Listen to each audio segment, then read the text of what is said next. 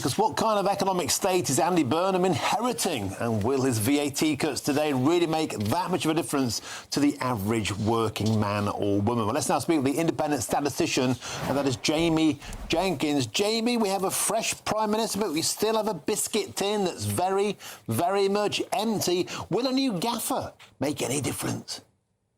Yeah, well, we'll be seen to see if it's moving the deck chairs on the Titanic, or we will get a massive improvement with Andy Burnham. I think one of the things they've talked about, haven't they, today, Martin, is this cut in the VAT on fuel. I suppose it's probably worth looking in the context with this. So £45 a year. If you actually look when the energy price cap came in in 2019, it was around £1,137. That was the typical energy for an average family.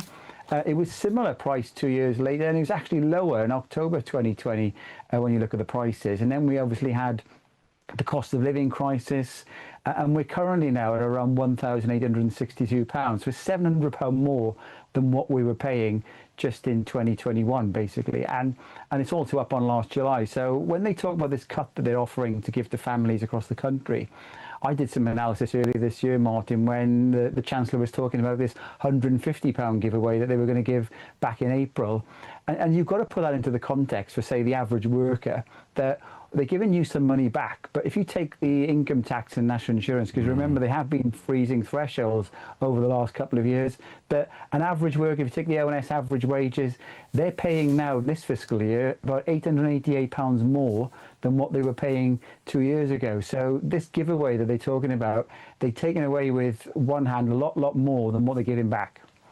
And Jamie Jenkins, we're probably going to see food inflation being stubborn. There's no sign of an end of the war in Iran. We're not reliant on our own cheap energy. We are reliant on imports. So in a sense, the same problems that have haunted the Conservatives, the same problems that have dogged Rachel Reeves out of power are still there for Andy Burnham's team.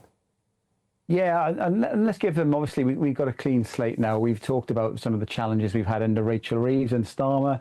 I think one of the things we need to look at, I think Andy Burnham, when he stood up yesterday to give his speech outside of Downing Street, he was talking about the deindustrialisation of Britain and the challenges that's created across communities. He's talking of devolution, getting people back into communities to actually grow and things. So ultimately, bringing back the energy part there, you've got to look at the industrial energy prices. They're 4 times what they are in the USA, one of the highest in Europe.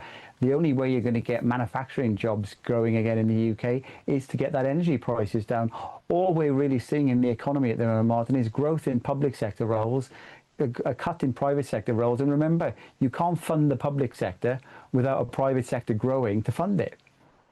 There we go. A bigger public sector, potentially higher taxes, more pressure on the private sector. It begins to feel a bit like the 1970s if we're not careful. Jamie, always a pleasure to have you on the show. Jamie Jenkins there, Stat to the Nation. Check out his Substack. Thank you very much, Jamie.